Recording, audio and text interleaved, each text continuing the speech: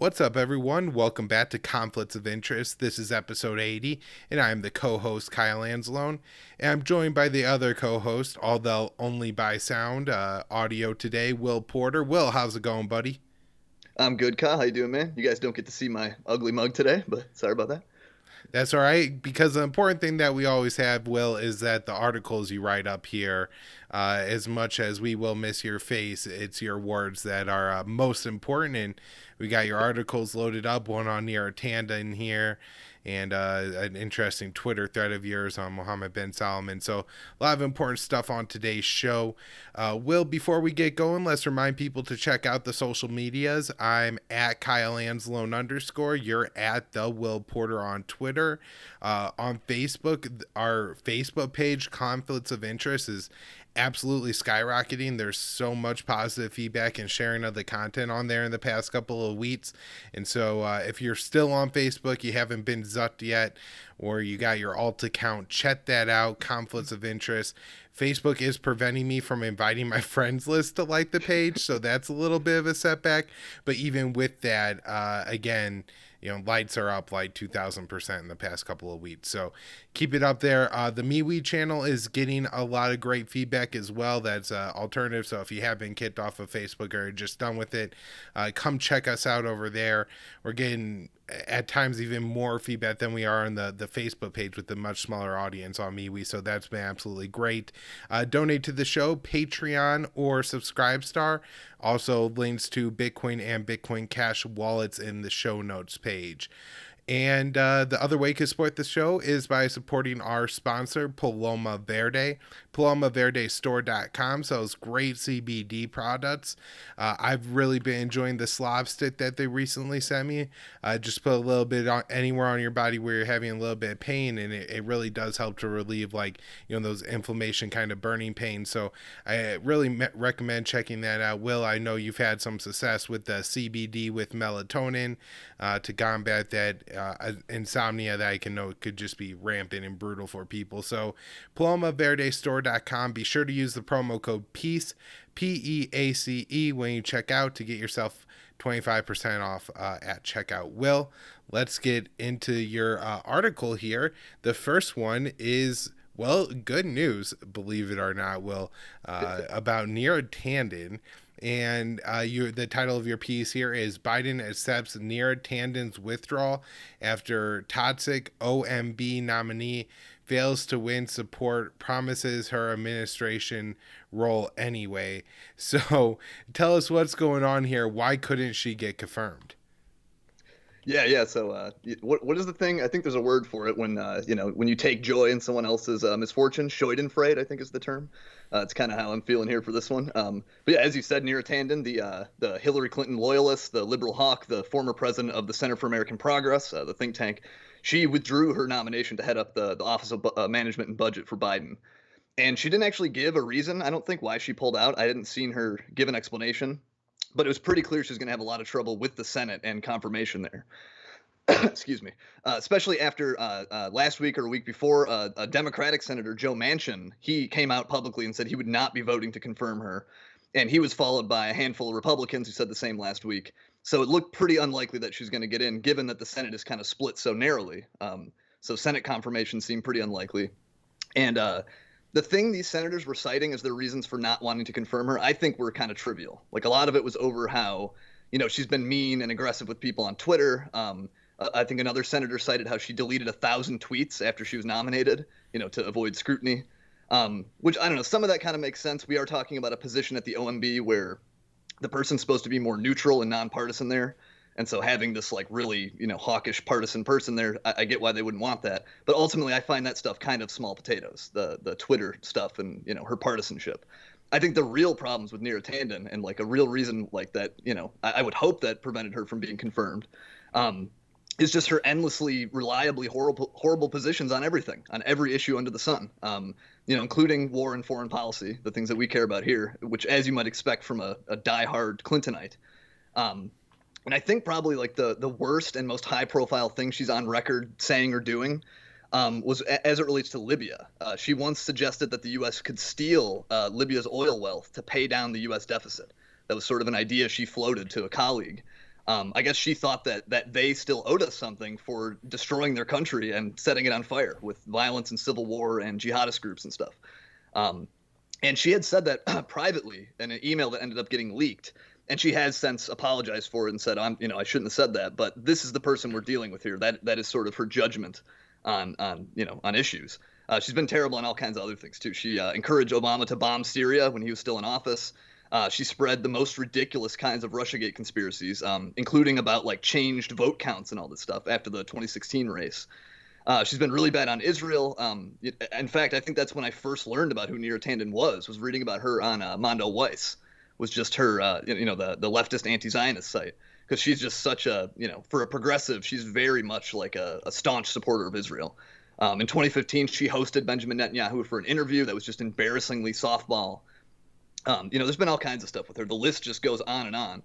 For a progressive group that she led, the Center for American Progress, they sure did take a lot of donations from like Wall Street and banks and corporations.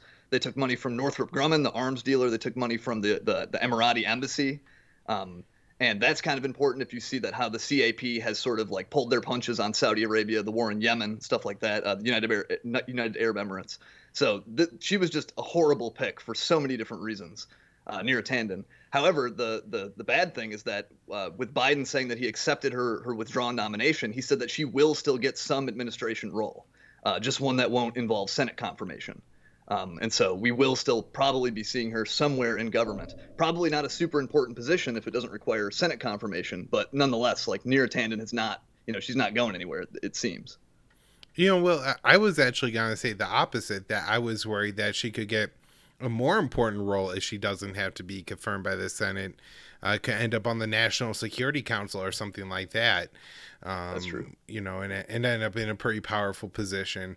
But one of the things that I had pointed out is a lot of people were celebrating that this was a defeat of the war hawk. And you get into a little bit of this when what you were bringing up, that, she didn't get voted down for her most important, the important reasons too.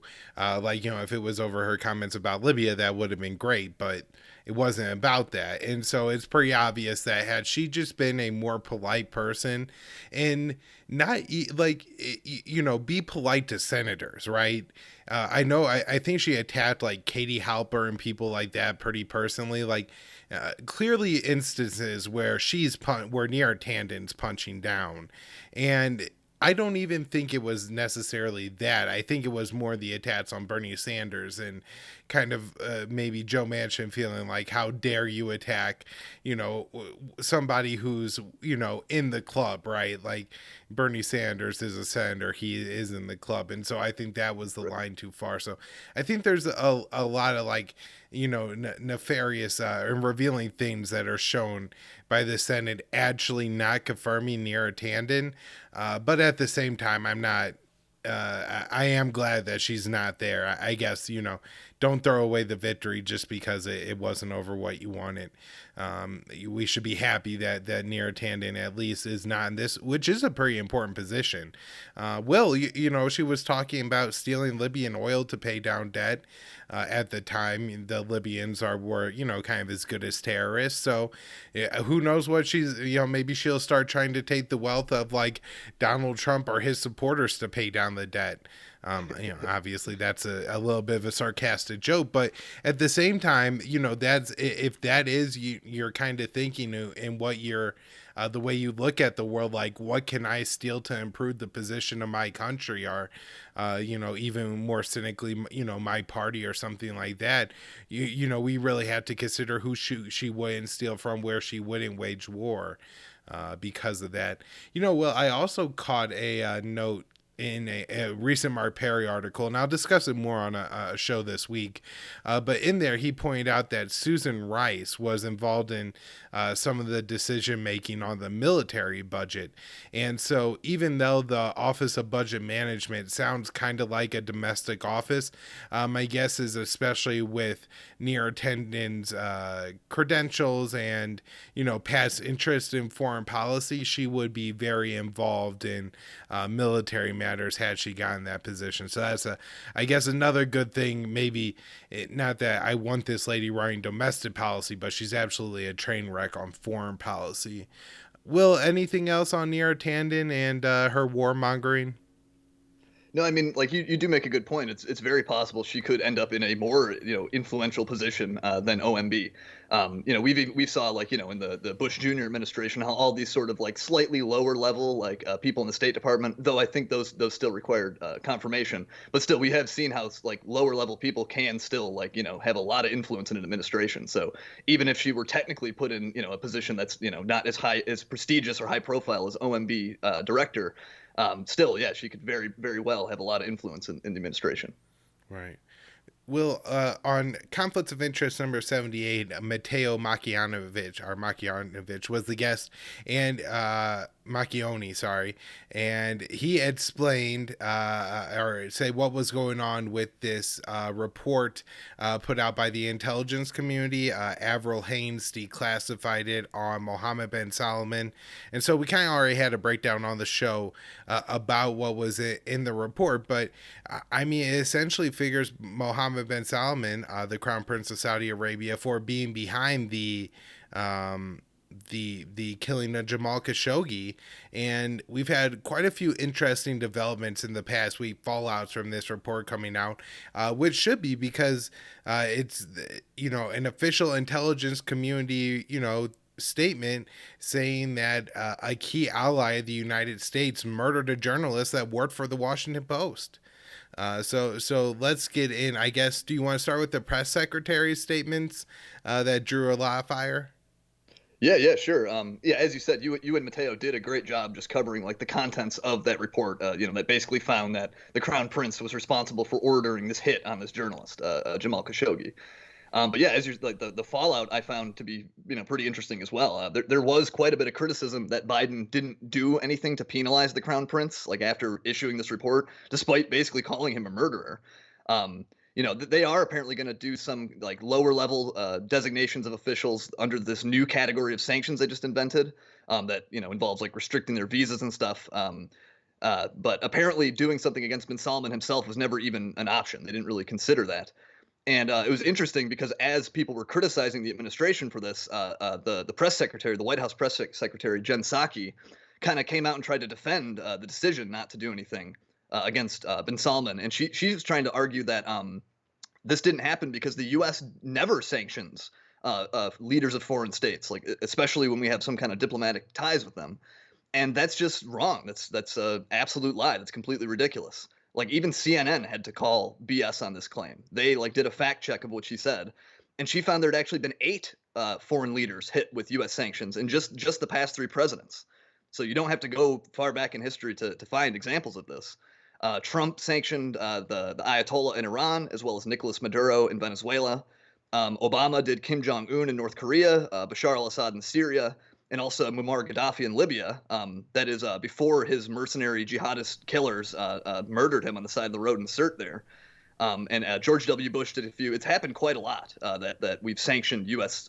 Or sanctioned foreign leaders of other states. Another thing too, as the great Dave DeCamp pointed out at antiwar.com, the actual king in Saudi Arabia, he is old and dying and stuff, but technically King Salman bin Abdulaziz, he's the head of state in Saudi Arabia, not the crown prince. So like Saki's argument falls apart both like factually and logically. We have actually sanctioned world leaders before, and in this case, Mohammed bin Salman isn't technically even the leader of Saudi Arabia. So it falls apart on every level basically. And now I should say personally, I'm not demanding that Biden sanctions Mohammed bin Salman. Like I don't want the U.S. government doing anything. I don't want them sanctioning anybody. In this case, I wouldn't have shed too many tears for the poor crown prince. But I do think it is just funny to see like who they decide to sanction and who gets a pass. Like that's really sort of on display here with the the decision not to sanction bin Salman. Right. I don't think, and I agree with you that we shouldn't sanction the crown prince. That isn't a decision that should come out of Washington. There's this really interesting piece by Eli Clifton that was co-published at Responsible Statecraft and Insider, and in that piece, and I'll put the link to it in the show notes page, rather than taking a huge dive, but Mohammed bin Salman took this big PR trip to the U.S. and met with, giant names of the U.S. Oprah, Michael Douglas, Jeff Bezos, Mark Zuckerberg, Morgan Freeman, Richard Branson, Bill Gates. So, I mean, there really wasn't like he wasn't meeting with like Arab or Muslim Americans or meeting with Democrats or Republicans. He was, meeting with the elites of the United States of America, whether that's, in like talk or media or, richest man, politics, social network, just all over the spectrum, right? And Right. during this trip, it was, out of the Saudi private wealth fund that they do all these means and everything like that. And it ends up that some of these Saudi private wealth fund planes that flew all over the United States, and I think also helped to facilitate MBS's very expensive and meeting with the American elites trip around the U.S. Well, it turns out that those planes in the Saudi private wealth fund were at least somewhat involved in transporting some of the killers and members of the hit team that end up killing Jamal Khashoggi in the Saudi consulate in Turkey. And so this should be a real scandal. This should be something pointed out. And, the media should be putting pressure on Amazon and all these companies, Facebook, Twitter, and others to move away from the Saudi private wealth fund because who knows what hit team they're out there supporting. It should be market pressures, but nonetheless, I think some pressure should, still exist here, Will. And it's a real shame that the only conversation happens in like policy circles, and their only solution, their only tool is the sanctions hammer. So that's just what they're seeing is, oh, we need more sanctions. Yeah, yeah, it's really interesting about that wealth fund too. Like that thing is basically like the Saudi government's like their investment wing that they go around throwing around. It's worth hundreds of billions of dollars, and they use this thing to bankroll all kinds of projects to grease all kinds of palms. I think after the Khashoggi killing, I believe this is in Clifton's article too, but he shows how the wealth fund has increased its investments in the U.S. by a ton. Like they've just been shelling out tons of money after the killing, sort of on like a PR offensive to try to make people get along with Saudi because they tend to. A lot of people saw them as like a pariah after the whole Khashoggi thing, and so they're going. The sovereign wealth fund is going around tossing around billions of dollars in the U.S. I just find that interesting. It's it also has this tie into the murder itself by shipping these people on their planes. Right. Yeah. Remember, even Lindsey Graham was embarrassed about his ties to Mohammed bin Salman after this, and it's really interesting, Will, that they're able to like pay these bribes and buy more into U.S. companies, and that's not a huge scandal, right? I would Right. imagine if the Ayatollah was buying up a bunch of shares of Facebook, the media would be absolutely freaking out. If it was the Iranian wealth fund, or I know the Ayatollah has some like oil funds over there. I don't know how much money is left in those accounts, but they say they have some money to throw around or something like that. I don't think that would be something the U.S. would be okay with, and No. it seems like in a sense, people are like, oh, well, Mohammed bin Salman paid off who he needs to pay off. He's putting money in the American economy. So, it's worth it that they killed Jamal Khashoggi or something like there's some very dark logic happening with all this. Yeah, definitely. I mean, that's kind of what we saw. There was a similar, very transactional kind of logic under the Trump administration with the Saudis. In fact, this seems to be the prevailing logic under every administration that, like, well, the Saudis pump a lot of money into our arms industry, so we got to get along with them. But as we've talked about in the show a bunch of times, that money does not see its way to the average American. That's going to executives usually. Right. Well, before we move on from talking about the Saudis and Mohammed bin Salman, you had this interesting Twitter thread right here. And some names disappeared from the Khashoggi report. So what's going on with this? Yeah, this is really weird. And I don't even have like an answer to it. I think there's like sort of a big fat open end on this, but it is very interesting. On the ODNI website, the Office of the Director of National Intelligence, where this report was put up, this intelligence report on the Khashoggi killing, like a day or so after it was put up, it was taken down and put back up with mysteriously three names missing. off of the list of people they said were allegedly involved in the killing. And if people are watching the video, they can see, the redacted names and stuff, or parts of them are redacted. There are names, but some of the information there's redacted. But this new version just appeared with 3 less. It's not that 3 are redacted or anything. It's just like the list is missing 3 names, and those names are Abdallah Mohammed al-Horini, Yasser Khalid al-Salim, and Ibrahim al-Salim. And I really couldn't find much information on these guys. I've been, searching their names, different variations of them. A lot of time, Arabic names will get Latinized or Romanized differently. But I was only able to really find any information on the first guy, Abdullah Muhammad al-Horini.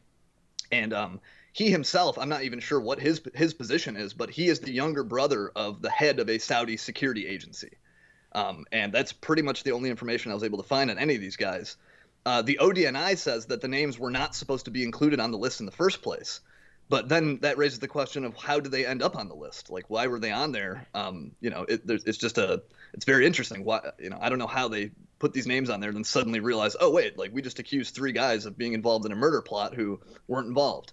And so I don't know what happened there. I'm not sure if they got some call from someone that said, no, those 3 guys are, high level intelligence people. They can't be on there. I'm totally speculating, but yeah, it is. It's just kind of fishy, and it's kind of a mystery. Yeah. Well, one of the things that adds to the fishiness of it, Will, is that it's not like this report was rushed to be put out.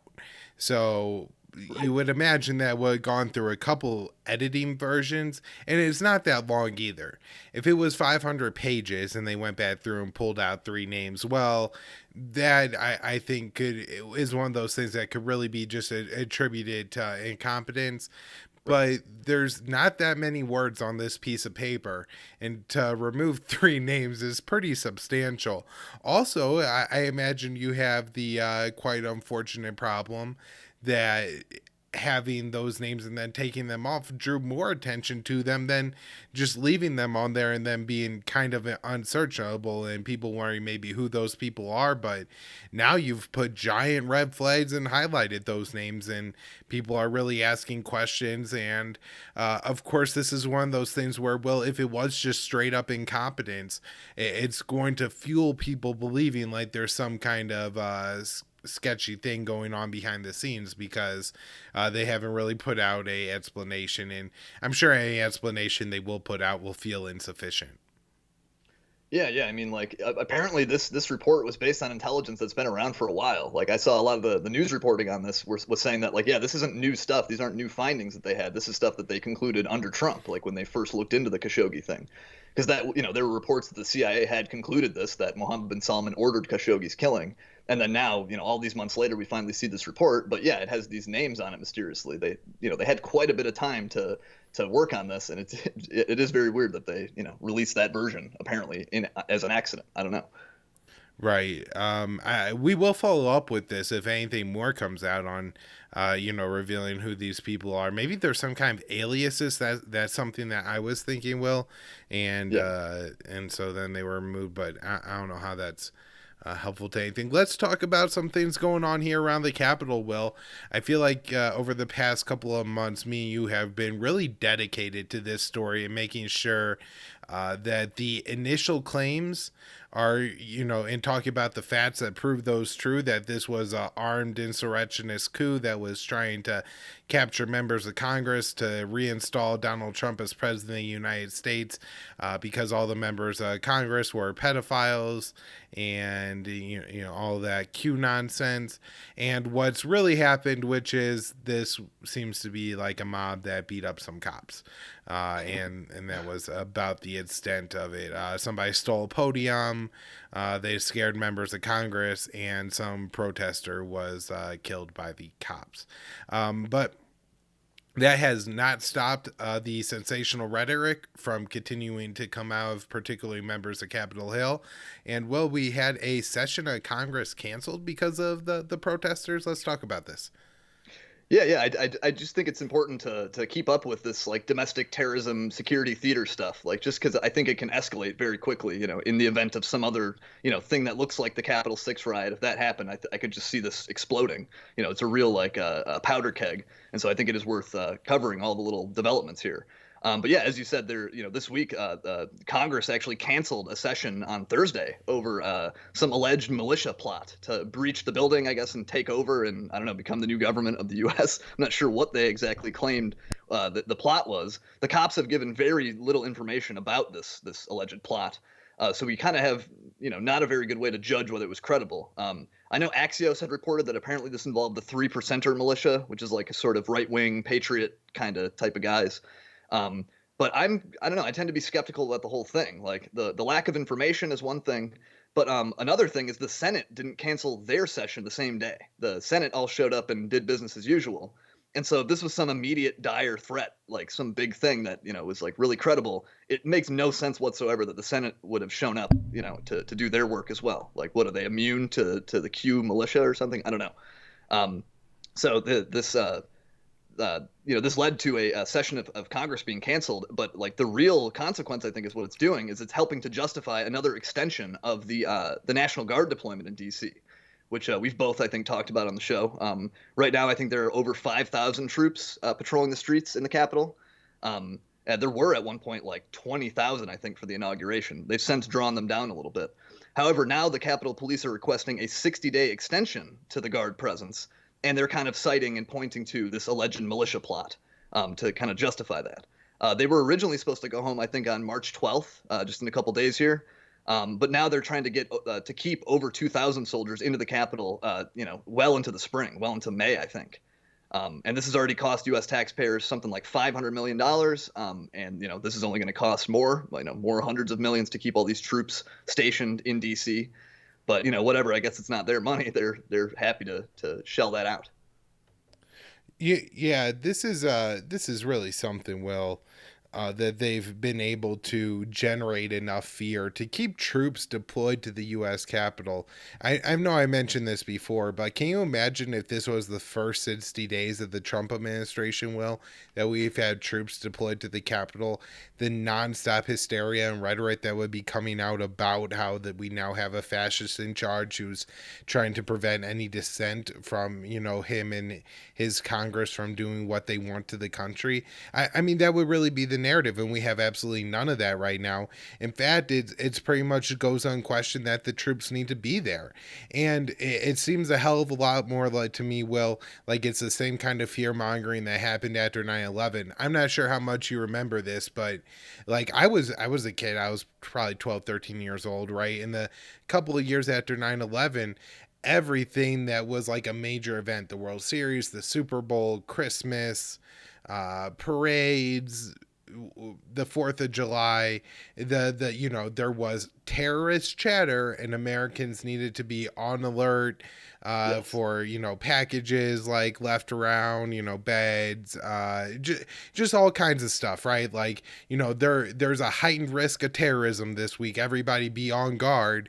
And I just remember like being scared, like after 9/11, I'm from St. Louis. The Rams played the Patriots in that Super Bowl, and I was worried somebody was gonna blow it up because that's what they kept saying, and they were talking all about it on the news all the lead up to the game. That was a big part of this story, was the terrorist chatter, and it seems so much like they're just pulling that same stunt here. Yeah, absolutely. I mean, it's like they've even used the term heightened threat environment. Like that's what they want to keep the perception of a heightened threat environment. And when we saw it, like, what you're talking about with 9/11 and the fallout of all that, like how many horrible policies did that sort of mood justify or allow? So many people afraid of, every major public event like the Super Bowl, they're always warning about a bombing or terrorism or anthrax or whatever. Like that really is like it's psychological abuse. Like that, I don't know. I think that really justifies things like the Patriot Act, like NSA surveillance, that gets people to justify things like torture. So it really, I think this sort of like just perception of a threat really is important. I think it really, can get people to be very permissive to abuses of power they wouldn't have otherwise accepted. So I think that's that is important. Right. And, I think fear really leads to hatred. So, after 9/11, it was the Muslims are going to do this, the Arabs, like, you just imagined somebody who looks like Osama bin Laden with the turban or whatever on his head was going to, be the one that did it. And so, being a kid and being told that some Muslim or some Arab was going to constantly, blow blow everything up and was constantly ruining the Super Bowl and Christmas and stuff, you develop a hatred for those people. That's the kind of conditioning that goes on. And I think Congress is doing it to themselves, where they're really going to start hating their own constituents if they continue with this kind of rhetoric and fear mongering. Will, there's a couple of other things about the narrative that I want to talk about. I found this very interesting article, and I took the USA Today fact check. I didn't even take like the Daily Caller article here that I think probably reports what was said a little bit more bluntly, but the USA Today claims that the claim is missing content, but I'll read the whole thing. The assistant director of the FBI, Jill Sanborn, told a Senate committee that the FBI did not recover any guns at the Capitol 6 riot, which is absolutely correct. What she did say was that she was unaware if the DC Metropolitan Police or the Capitol Police had found any guns, but it is clear that either of those agencies haven't publicly said that they found any guns. And just from, I know this is pretty recent news, but just today before I was looking, I did a quick Google search, Will, and I didn't see the DC Metropolitan Police or the Capitol Police correcting the narrative and saying that, no, we found 1, 2, 3 guns that day. And so Ron Johnson, who is not my favorite senator, I usually hate this guy. He's from Wisconsin, lived there for a few years. He's awful. But anyways, he, said that it wasn't an armed insurrectionist mob, and, says that when you hear armed, you think firearms. And so isn't it a big problem that there's no guns? So Will, what do you think about this one? Yeah, I hadn't actually seen this fact checked. I'm curious if they tried to contact the cops. Like if they're saying, well, the FBI lady, she left out the context. She said that, or like people who are touting her statement are leaving out the context that she said it's not clear if the police found guns or recovered weapons. But I'm curious, I wonder if they reached out to the cops and tried to figure out, did they recover any guns? Because it seems to be the central claim here. But yeah, I also have not seen any reports. I haven't seen anything mentioning. I'd seen people sort of insinuating that there was people who were armed there, but I hadn't actually seen any reporting or anything like really backing that up, or any court cases or anything like that. And there've been like hundreds, I think 200 federal cases have come out of just the riot itself. And so, it'd be, I would expect to hear if there was someone who, entered the building with a gun and was, that would be something I would expect to be touted around. And yeah, we have not heard anything like that. Yeah, to my knowledge, and it says in the article that 3 people were charged charged in federal court with gun crimes, and they say related to the Capitol riot, but nobody was actually in the Capitol. So, one guy just had a firearm with him and was outside. So related is doing a lot of the work there. Right, yeah. So it's not that these people were inside the building with guns, but they were in DC on the 6th and had a gun. At least that's the extent of it to my knowledge. And there may be more details that come out and everything like that. But again, Will, I don't know if the USA Today actually reached out and asked if Metropolitan Police or the Capitol Police have found any guns, but as of today, neither of those sources clear the record to say, oh yeah, we actually did find some guns or something like that. But again, you would assume that if this was an armed insurrectionist mob, that there would have to be I'm not saying half or a third, but 20% or so would have to be armed if the goal is to have a shootout with the police. You have to have more armed insurrectionists than armed cops, and that clearly wasn't the case here. And again, it's important to note that the only people who fired a shot that day were the cops. The other thing I have on the narrative, Will, is of course something I've been following very closely with Brian Sitnick, who The media continues to report that he died from injuries sustained at the riot, but that is not proven. And I found this very interesting note, and I'm not saying that, it means that something didn't happen on the sits that eventually led to Brian Sitnett dying. But the FBI is now says the investigation into Sitnett's death is being treated as an assault. And so that seems to be far different than the initial investigation that was a homicide investigation. And so maybe now even the cops don't believe Sitnett died from something that happened on the sits, but was rather pepper sprayed, going on the course of his duty, and then had some kind of health episode that killed him later that day. And again, if we want to talk about people dying of pepper spray, let's start talking about cops who all this summer we saw them like pepper spraying it outside of their cars as they drove by crowds of people and stuff like that, completely recklessly, and never being held accountable or to account for discharging that weapon. Yeah, that is something that we had seen in previous reporting, that like it was a possibility the investigators were treating it as it could be that he died from some chemical irritant, that it could have been some other cop, in fact, who was responsible for his death. Accidentally, of course. But that's very different from he was bludgeoned to death by, fascist Nazi terrorists, trying to take over the government. Such a different story. Right, right. And even if a protester had sprayed him with pepper spray, or they had speculated bear mace, but I haven't seen any reporting to actually from any official statements that actually says that's the case. Right. That's not the same thing as beating somebody to death, where you intend to kill them. If you mace somebody and it does kill them, yeah, you killed that person, but it is a far different act than just bludgeoning someone to death. Will anything else on the Capitol riot? I mean, obviously, we'll continue to follow it. It's extremely important to the domestic war on terror narrative that they're trying to build, and to do everything we can to dismantle all the threat inflation that they've been cooking up. But is there anything else I'm missing? Oh yeah, there's just one last thing that I found interesting that's related to this. The FBI came out this week and they said they are currently working on 2,000 domestic terrorism cases. Not all of them are related to the Capitol. That's just like in general. But that's still, I think, something like double the number they were reporting just a few years ago. And so, I think that they would have you believe that this is because terrorism itself is on the rise, and like, oh my God, we're facing this new wave of it. But I tend to think it's more that they're just, they're broadening their definition of what constitutes domestic terrorism, and they're, more and more people qualify for this label. I mean, what John Brennan, Obama's CIA director, what was he saying the other day? That libertarians now qualify as some kind of domestic terrorist.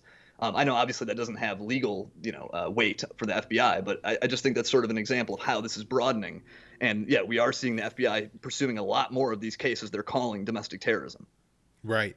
Yeah, and who knows what the FBI will do, but if they say, oh, we have all these ongoing terrorist investigations, what's the next thing they're going to say? Well, we need more agents and more funding and more budget. And then, they're going to basically invent terrorists just like they did after 9/11. Be very careful when you're on Facebook and somebody's talking crazy. Make sure you block that person. They're probably a Fed. So, Yeah. Yeah, if some guy starts saying he's from Hamas and he's going to work with you, we covered that story. Those Boogaloo guys who apparently were contacted by Hamas, but it was all steered by a federal informant. A lot of these sort of militia plot cases that we're seeing that they're calling terrorism. There's a lot of informants swarming around there. So we're seeing more of that similar kind of terrorist entrapment job stuff. Yep, and it's only going to be more funding and more government. So of course we'll end up with more terrorism. Well, I think that does it for what we have today. Let people know where they could find your work. Yeah, sure. If you guys want to read my stuff, the Twitter threads I put together and stuff, the best place is probably Twitter, and you can find me there at the Will Porter. All right. Check out the show on Facebook, Conflicts of Interest. Support financially, Patreon, and Subscribestar. We're on MeWe and getting a lot of traction over there. So if you're on MeWe, make sure you join the group, Conflicts of Interest. Follow myself and Will Porter. We're both on there. And let's see, Twitter at con_interest for the show. I'm Kyle Anzalone_. Will, thanks again, and we'll do this again soon. All right. Thanks, Kyle. See you, everybody.